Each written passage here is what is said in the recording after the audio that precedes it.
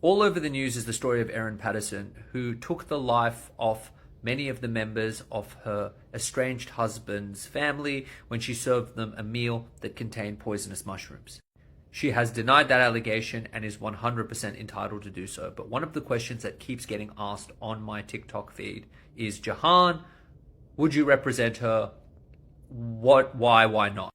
I'm going to answer that, and I'm going to answer it in some detail. Let's begin with the fact that she's already extremely capably represented.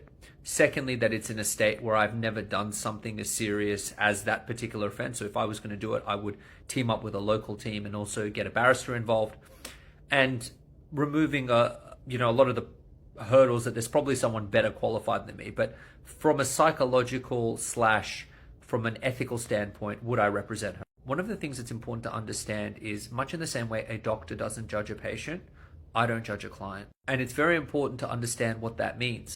Does it mean I condone the behavior? Of course not. Does it mean I'm unsympathetic to the victims? Of course not. But what it does mean, in a very real sense, is that I have a duty to make sure that my client's story is told. And if that story is I didn't do it and this is a horrible mistake, then you bet I will make sure that that is what is told. Now, whether that's believed or not is a completely separate story. But she has the right to have her story told. And it's my job to help get her the best outcome, which is fair and within a range.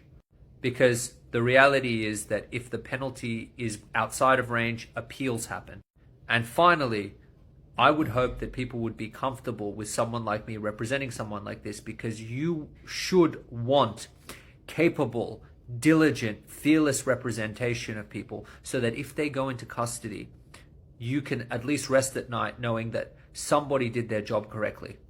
And it is my job to fearlessly represent people and take positions that may be unpopular and represent people who may be dislikable, because just because they're unpopular or dislikable doesn't mean they're guilty. Hope that answers it, and you follow me for more legal TikTok.